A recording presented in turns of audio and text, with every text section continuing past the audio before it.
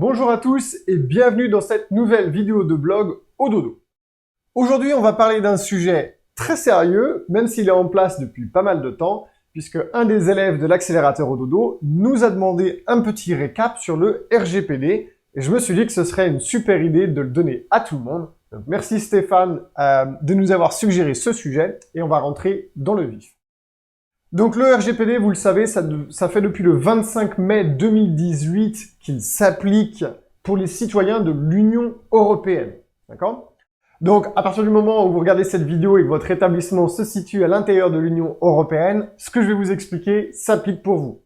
Pour tous les autres qui nous écoutez depuis par exemple le Québec ou Madagascar, vous êtes aussi concernés à partir du moment où vous avez des citoyens de l'Union européenne qui viennent séjourner chez vous.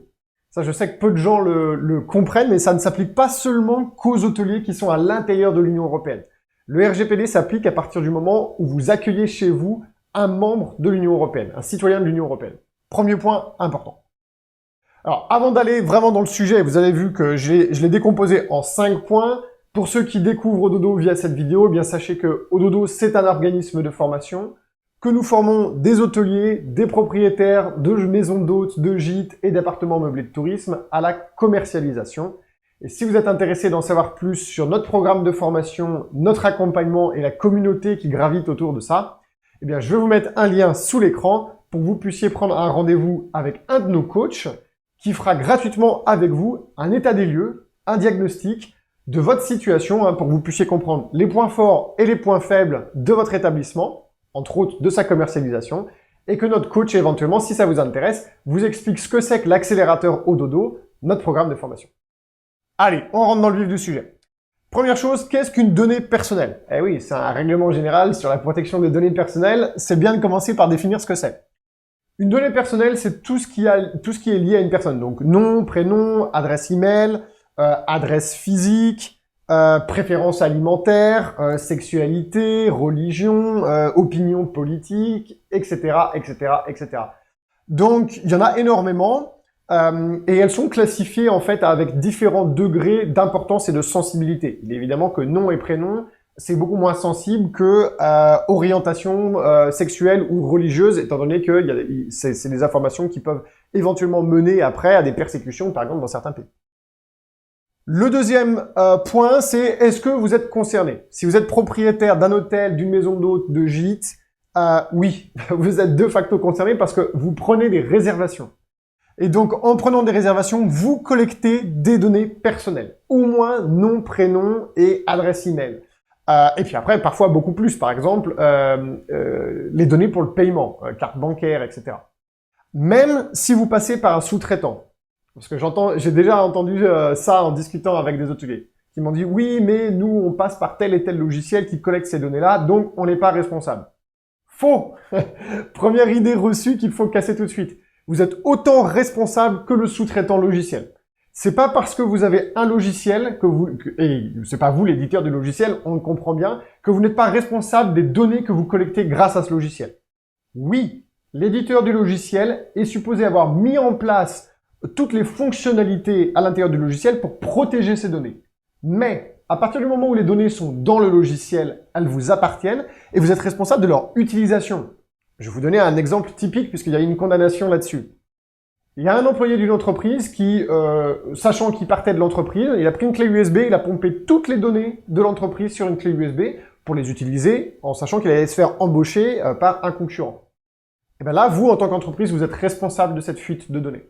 Le logiciel dans lequel étaient les données n'est pas responsable de cet acte humain. Donc ça, c'est super important. Vous êtes concerné quoi qu'il arrive.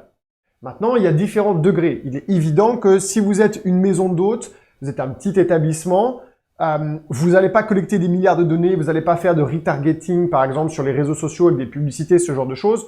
Bon, vous êtes tout en bas de l'échelle. Si vous êtes un hôtel plus important, et on va en parler un petit peu dans les obligations, vous allez voir qu'il y a différentes couches qui s'installent, différentes strates, et là, ça vaut le coup de pousser un petit peu beaucoup plus loin jusqu'à potentiellement faire un audit sur le RGPD, sur votre hôtel, pour être sûr de ne pas avoir de soucis plus tard. On va parler des soucis potentiels que vous pouvez avoir dans les sanctions. Donc maintenant, concrètement, quelles sont vos obligations? C'est ça qui est intéressant, hein. C'est un peu compliqué le RGPD. Ce qu'on aimerait savoir, c'est concrètement, qu'est-ce que je dois faire? La première chose, et j'ai essayé de vous mettre un verbe pour chaque obligation pour que ce soit simple à retenir. La première chose, c'est cartographier. Voilà, c'est le premier truc le plus important à faire, et ça, vous pouvez le faire dès aujourd'hui, dès après avoir regardé cette vidéo. Cartographier, on aurait pu aussi dire catégoriser les informations que vous collectez. Est-ce que vous collectez que des informations de base? Nom, prénom, adresse email, adresse physique. Ou est-ce que vous en collectez d'autres? Typiquement, les établissements qui ont des caméras de vidéosurveillance. Ça, c'est de l'information et c'est de la donnée personnelle. Vous les collectez, quelles sont les obligations liées à ça? Donc, important de le cartographier. Si vous utilisez des badges magnétiques qui sont liés à des identités, identité de clients et identité de personnel, voire même parfois de fournisseurs si vous en donnez à vos fournisseurs, ça rentre dans le RGPD. Quelles sont les obligations liées à ça? Combien de temps est-ce que vous devez conserver ces données? Là, il faut se renseigner, hein, c'est beaucoup plus précis. Alors, je crois que par exemple, pour les images de vidéosurveillance, il y a une durée précise après lesquelles il faut les supprimer. Je me souviens plus de la durée. Pareil pour les informations liées au badge magnétique. Donc ça, c'est des choses, je vais vous donner tout à l'heure les ressources pour aller vérifier, c'est du cas par cas. Donc la première chose à faire, c'est de cartographier. Bien évidemment, si vous récupérez des informations comme les cartes bancaires, tous ces genres de choses, eh bien ce sont différents types d'informations. Donc la première chose à faire, c'est prenez une vue globale de votre établissement et quelles sont toutes les informations que vous collectez. Première chose à faire. Deuxième chose à faire, une fois que vous avez cartographié l'ensemble, c'est d'informer, donc là, via vos mentions légales ou via vos conditions générales de vente, c'est pour ça que j'ai mis CGV, il faut informer le public concerné des données que vous collectez. Donc là, encore une fois, mention légale, conditions générales de vente. Alors, pour les élèves de l'accélérateur Ododo qui regardent ça, vous les avez disponibles dans la formation, il vous suffit de les télécharger, de les personnaliser. Il y a des choses que vous allez devoir effacer si ça vous concerne pas. Et éventuellement, si vous avez vu dans votre cartographie des choses qui ne sont pas dans les mentions légales et conditions générales de vente type qu'on vous a donné, eh bien, il faudra les rajouter. Donc ça, c'est une obligation. Donc cartographier et informer, ce sont des obligations. Vous devez commencer par ça. Ensuite, c'est donner. Donner le droit. Il est évident qu'à partir du moment où vous possédez ou vous collectez des données personnelles, il faut donner le droit aux individus à, la rectification, l'accès. Il faut que les gens aient le droit à l'accès des données que vous avez collectées sur eux. Donc ça, l'idéal, c'est d'avoir une adresse, un point de contact, par exemple, contact@monhotel.com ou rgpd@monhotel.com. Quel que soit le contact que vous avez, un email qui soit dédié, ou si les gens demandent, vous allez leur envoyer la totalité des données que vous avez collectées sur eux. Ça, c'est une obligation. C'est l'accès. Donc, donner l'accès. Ensuite, vous devez leur donner le droit à la rectification. Ils vont vous demander toutes les données. S'il y a des données qui sont erronées ou s'ils veulent rectifier certaines informations, ils doivent avoir le droit de le faire. Et là, ils vont vous répondre en vous disant « Non, cette donnée, elle n'est pas bonne. Par exemple, l'orthographe de mon nom de famille, j'ai changé d'adresse email, etc., etc. » Et puis, bien évidemment, et c'est le droit le plus important, et c'est celui sur lequel potentiellement vous allez être sollicité, c'est le droit à l'effacement. Les individus, aujourd'hui, ont le droit de vous demander d'effacer l'ensemble des données que vous avez collectées sur eux. Et ça, il faut absolument leur donner accès à ce droit. D'accord? Donc, on récapitule. Cartographier, c'est pour savoir, vous, en interne, exactement les informations que vous avez et que vous collectez sur les gens. Informer, c'est leur dire. Donner le droit, c'est qu'ils aient un droit d'accès pour à la fois rectifier ou effacer. Ensuite, il y a quelque chose qui est super important, c'est demander le consentement. Eh oui, c'est comme quand on drague, il faut demander avant. Donc ça, vous l'avez souvent vu quand vous êtes inscrit à une newsletter. Typiquement, si vous allez sur notre site internet et que vous allez sur le blog, ododo.io/blog, vous pouvez vous inscrire à notre newsletter et vous allez voir qu'on va vous demander votre adresse mail, votre prénom et votre nom, et on va vous demander de cocher une case « J'accepte » ou « Je consens », je me souviens plus comment c'est dit, qu'on m'envoie une newsletter. Ça, c'est demander le consentement. Tous les moteurs de réservation, on va dire, qui sont mis à jour grâce au RGPD, ont un processus de demande de consentement. Bon, et ben vous devez vérifier qu'à chaque fois que vous collectez une information, vous ayez une demande de consentement qui soit applicable. Voilà. Ensuite, on a réinformé, et là, c'est dans le cas d'un breach de sécurité. Ça, c'est une obligation.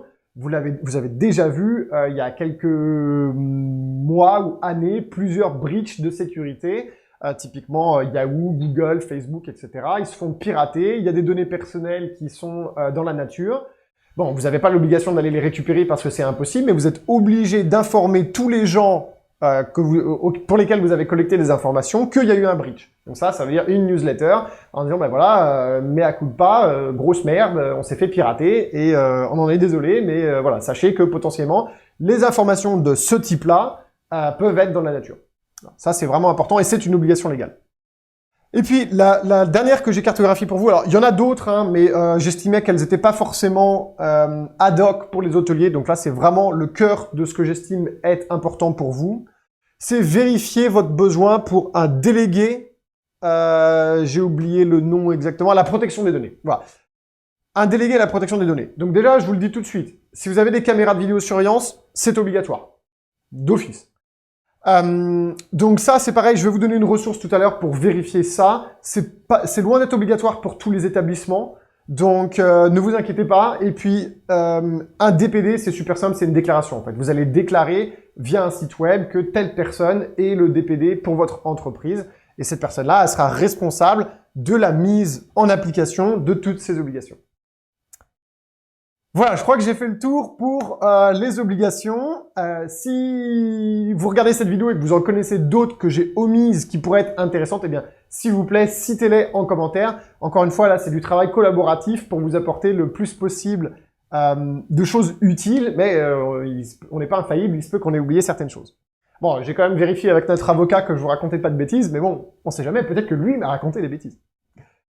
Ensuite, quelles sont les sanctions? Alors, elles font mal, hein, je vais pas vous mentir, les sanctions pour le RGPD, elles font très mal. Donc, ce qu'il faut d'abord savoir, c'est que avant d'être sanctionné, il y a 3 étapes. C'est-à-dire, vous allez d'abord être informé, ils vont vous dire, attention, là, on s'est rendu compte que il y avait un truc qui allait pas avec votre RGPD, il faut que vous corrigez. Ensuite, ils vont vous donner un warning, donc en gros, attention, on vous a prévenu, vous n'avez pas fait le nécessaire, la prochaine fois, c'est le coup de bâton. Et la 3e fois, c'est le coup de bâton. Et alors là, pour le coup, il fait super mal, le coup de bâton.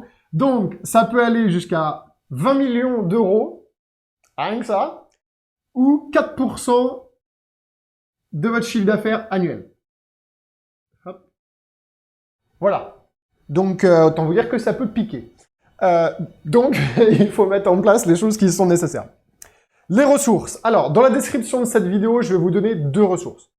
Une première ressource qui est une infographie qui a été réalisée par l'Union européenne quand ils ont mis en place le RGPD, qui est super bien faite et qui va vous expliquer dans plus de détails ce que je viens de vous expliquer aujourd'hui. Donc ça, je vais vous mettre le lien dans la description. Je vais peut-être le faire apparaître d'ailleurs à l'écran pendant quelques secondes pour ceux qui veulent prendre note. Et le deuxième lien que je vais vous donner, donc ça c'est surtout pour ceux qui regardent cette vidéo et qui sont en France, il faudra regarder pour les autres dans votre pays quelle est l'administration qui s'occupe de ça, c'est le lien de la CNIL. Si vous avez plus de questions liées à des spécificités de votre établissement, c'est auprès de la CNIL qu'il faudra vous renseigner. C'est eux qui vont vous dire s'il y a une obligation particulière que vous devez mettre en place, si vous devez absolument avoir un DPD, etc. Alors, vous pouvez toujours nous envoyer vos questions et si nous, on a la réponse, eh bien, on vous renseignera. Mais bon, on ne peut pas se substituer, évidemment, à vos propres recherches sur le sujet. Voilà, j'espère que cette clarification vous aura aidé. Si vous avez des questions, eh bien, mettez-les en commentaire de cette vidéo. Si vous avez des suggestions ou si vous avez des précisions à apporter en plus, eh bien, pareil. Et puis, comme d'habitude, abonnez-vous à la chaîne YouTube Ododo pour pouvoir continuer à recevoir ce type d'informations. Et vous pouvez aussi vous abonner à notre newsletter sur ododo.io/blog. Allez, je vous retrouve dans la prochaine vidéo.